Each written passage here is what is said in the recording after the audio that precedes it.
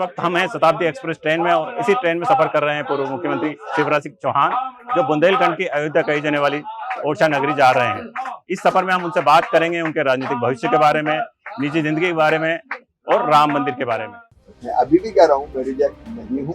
तो जो कुछ किया था वो सोच समझ के किया था। मैंने एकदम 3000 करेंगे ये नहीं कहा था। मेरे हर निर्णय पर मुझे गर्व है।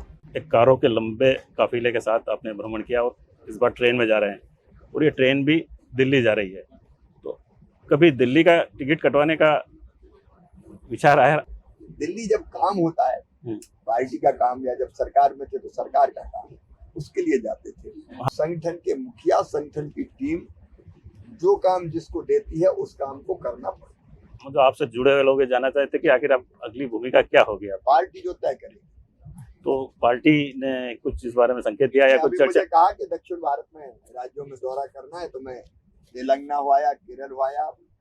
लोकसभा चुनाव आ रहे हैं, तो इसमें आपकी भूमिका किस भूमिका में आप देखते हैं? हमारी कोई भूमिका नहीं, कार्यकर्ता की भूमिका है। ऐसा कब लगा था कि इस बार आपको कमान नहीं मिलेगी? हम लोग कभी देखते नहीं है मिलेगी कि नहीं मिलेगी। क्योंकि चुनाव में मैं इसलिए काम थोड़ी कर रहा था कि केवल मैं ही बनूं। नए मुख्यमंत्री के जब फैसला हो रहा था तो आपसे इस बारे में कोई राय मशवरा किया गया था या कुछ बताया? भारतीय जनता पार्टी में राय मशवरा की परंपरा है।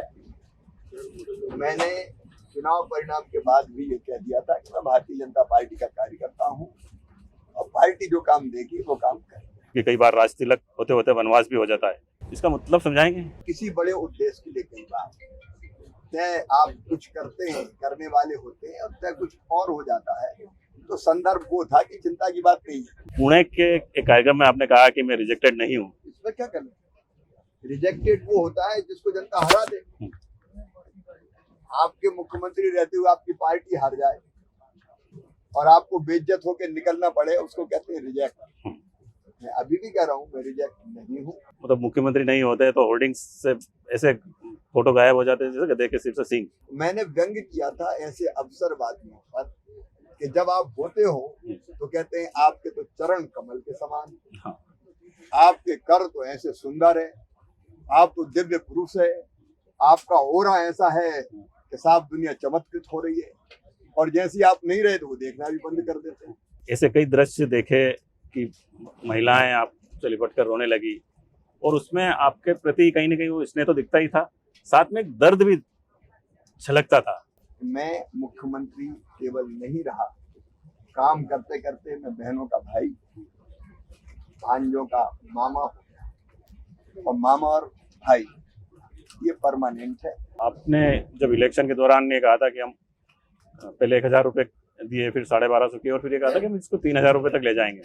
6 महीने में बढ़ाते हुए हम 3000 तक इसको ले जाएंगे। मुझे विश्वास है कि मोहन सरकार मुझसे भी बेहतर काम करेगी। जैसे रिजल्ट आया था और आप मिशन 29 के लिए निकल पड़े थे। जैसे छिंदवाड़ा जिले में हम 7 सीट हार गए थे, मेरी ड्यूटी थी कि उन कार्यकर्ताओं के बीच पहुंच के मनोबल बढ़ाऊं।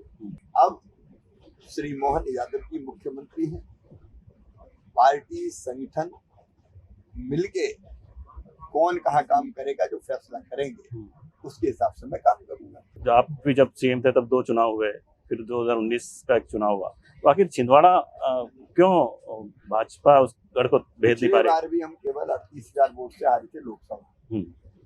थोड़ा और परिश्रम हो जाता तो पिछले बार ही हम जीत जाते।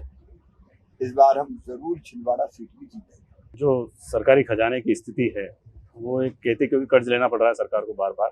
कर्ज हमारा भारत सरकार द्वारा जो निर्धारित नियम है उनकी सीमा में है। Madhya Pradesh revenue surplus state रहा है लगातार। कार्तिकेय के करियर के बारे में पिता के तौर पर आपने क्या सोचा है? मतलब मैं इतना कह सकता हूँ कि मुझे गर्व है कार्तिकेय और कुणाल पर, इसलिए कि इतने साल तक मैं मुख्यमंत्री रहा। कई बार ये नौबत आ जाती है कि आपके परिवार के लोगों के कारण आप कई बार ऐसे विवादों में घिर जाते हैं, लेकिन मुझे गर्व है इतने संस्कारित बच्चे। अब जब फुर्सत के पलों में आप क्या करना पसंद करते हैं? अभी तक तो फुर्सत के पल 1.5 महीना हो गया मिले नहीं मुझे। मेरे जो निवास है मामा का घर, वहाँ लोग आते हैं, उनकी सेवा करता हूँ। आपने आखिरी फिल्म कब देखी है?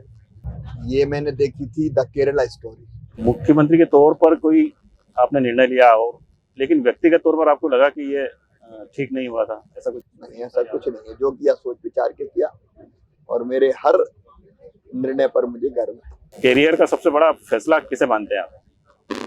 देखिए, महिला सशक्तिकरण के लिए मैंने जो कुछ किया है वो मेरे मन को बहुत संतोष देता है। अब कोई क्षेत्र मध्य प्रदेश के ऐसा नहीं कि बेटी को आने से रोकते हो, कोख में बेटी को मारते हो। बेटियों के प्रति मैंने दृष्टिकोण बदल दिया। आपको लगता है कि कोई ऐसा फैसला जो आप करना चाहते हैं जो नहीं कर पाए, ऐसा कुछ? नहीं, जब तक मैं रहा धनाधन धुआंधार फैसले करता चला गया, कभी पीछे पलट के नहीं देखा।